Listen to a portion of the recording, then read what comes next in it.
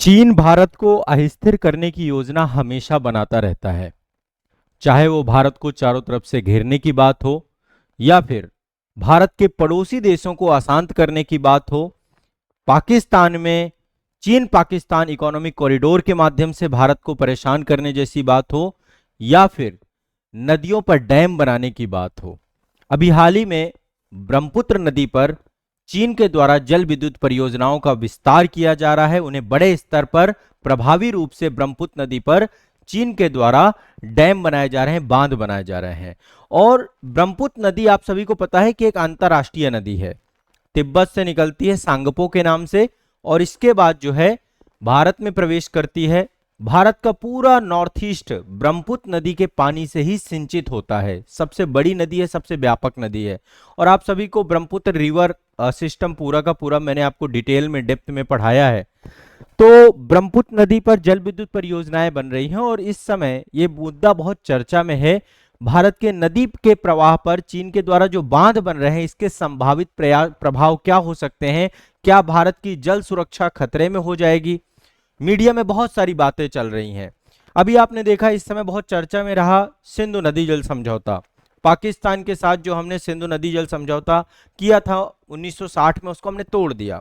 उसके पीछे का कारण क्या था? पाकिस्तान के द्वारा जो स्टेट स्पॉन्सर्ड आतंकवाद जो है किया जा रहा है, उस स्टेट स्पॉन्सर्ड आतंकवाद को यानी पाकिस्तान को आतंकवाद को खत्म करना होगा और फिर भारत सभी तरीके के डायलॉग पाकिस्तान के साथ स्थापित करेगा। जल कूटनीति का एक बड़ा हिस्सा देखा जाता है इस विषय को लेकर। लेकिन आप सभी को मैं बताऊं, चाइना अब जो है ब्रह्मपुत्र पर बड़े बड़े डैम बना रहा है। अभी उसके द्वारा एक मेडोक जिला है, आपका चीन के तिब्बत में एक जिला है जिसका नाम है मेडोक जिला। वहां पर ग्रेट बेंड के पास एक बड़े पैमाने पर हाइड्रो इलेक्ट्रिक परियोजनाएं बना रहा है, जिसको हम मेडोक हाइड्रो प्रोजेक्ट कहते हैं। आप ये देख पा रहे हैं पीछे जो आपको दृश्य दिख रहा है, ये आपकी जो है ब्रह्मपुत्र नदी है और ये आप सभी को पता है कि सर्पिलाकार आकृति में यहां पर आ रही है और इस पे बड़े बड़े डैम बन रहे हैं। ये डैम आप देख पा रहे होंगे कुछ इस तरीके से पूरे डैम को बना करके नॉर्थ ईस्ट का जो हमारा रीजन है वहां पे जल आपूर्ति को बाधित किया जा सकता है। पूरा इकोसिस्टम यहाँ का, चूंकि आपको पता है ब्रह्मपुत्र नदी घाटी के पास बहुत सारे राष्ट्रीय उद्यान है, नेशनल पार्क है, हमें उस पर भी बात करना है। तो सबसे पहली बात जो आपको जानकारी होनी चाहिए कि तिब्बत में चाइना के द्वारा मेडोक जिले में एक बड़े पैमाने का हाइड्रो इलेक्ट्रिक परियोजना बनाई जा रही है, जिसको हम मेडोक हाइड्रो प्रोजेक्ट कहते हैं। ठीक है, अब यहां पर इसी जगह पर ये मेडोक जिले पे ही यू आकार की आकृति आप देख पा रहे हैं, ये दृश्य ही मेडोक जिले का है।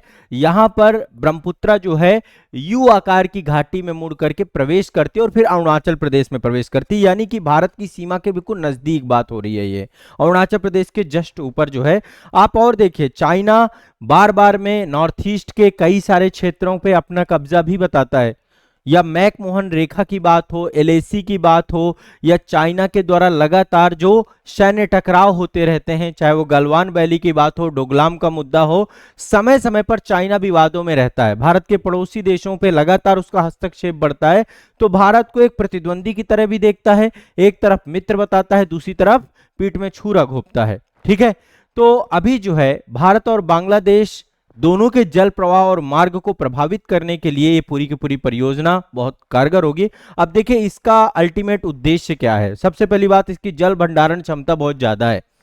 ठीक है, जल विद्युत परियोजनाओं में आपको पता है डैम बनाते हैं और डैम बना करके पीछे पूरा पानी रोक देते हैं। ये आप कुछ दृश्य देख सकते हैं, ये डैम है और डैम के पीछे पूरा पानी रोक दिया जाता है और फिर यहां से नियंत्रित पानी भेजा जाता है, नियंत्रित पानी, हाइड्रो पावर प्रोजेक्ट। तो आप समझिए जितनी जल आपूर्ति चाहिए, टोटल 7 राज्य हैं नॉर्थ ईस्ट में। सिक्किम आपको जो है अलग है, 7+1 मतलब 7 सिस्टर्स बोलते हैं हम लोग।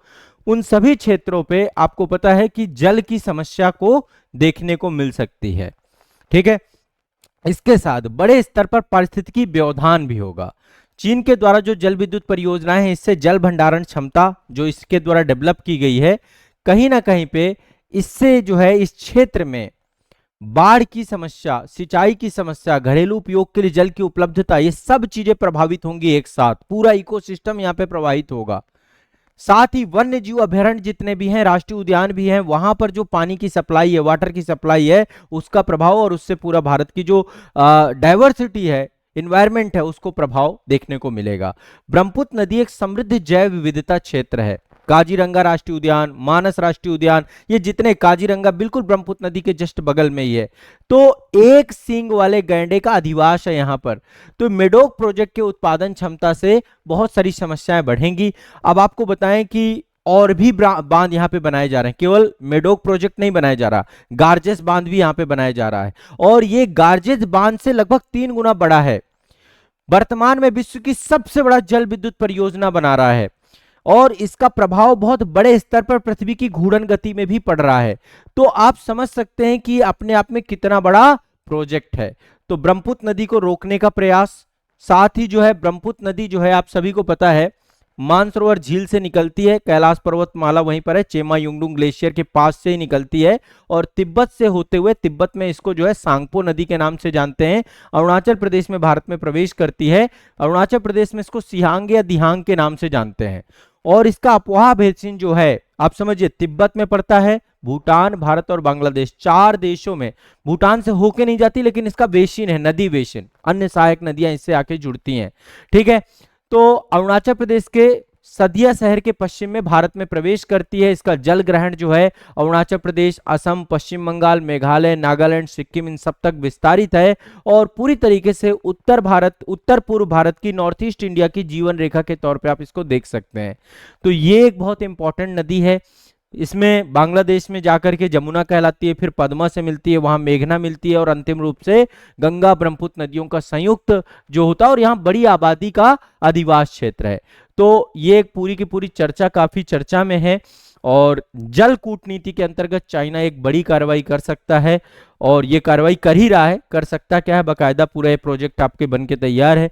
आने वाले भविष्य में आप सभी को पता है, जिस तरीके से तनाव का युग चल रहा है, चाइना के साथ बहुत अच्छे रिलेशन नहीं है हमारे, एक बार युद्ध हो चुका है।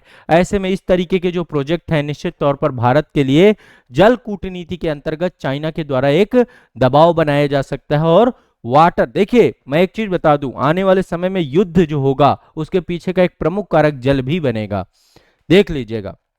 अभी आप देखिए, जब से सिंधु नदी जल समझौता भारत के द्वारा रद्द किया गया है, बहुत सारी परियोजनाएं जो हमारी चल रही थी, उन परियोजनाओं, क्योंकि पाकिस्तान के साथ समस्या कुछ अलग टाइप की है। अलग टाइप की समस्या यह है कि पाकिस्तान एक युद्ध जैसे हालात समय समय पर पैदा करता है। भारत सिर्फ ये कहना चाह रहा है कि ये युद्ध जैसे हालात जो है, और वो भी छद्म युद्ध, छद्म युद्ध, भारत को कमजोर करना, अस्थिर करना। भारत की चाइना के साथ ऐसी कोई वो नहीं है। चाइना ऊपर से चारों तरफ से घेरता है, चाइना चारों तरफ से पूरी प्लानिंग और योजनाएं बनाता है।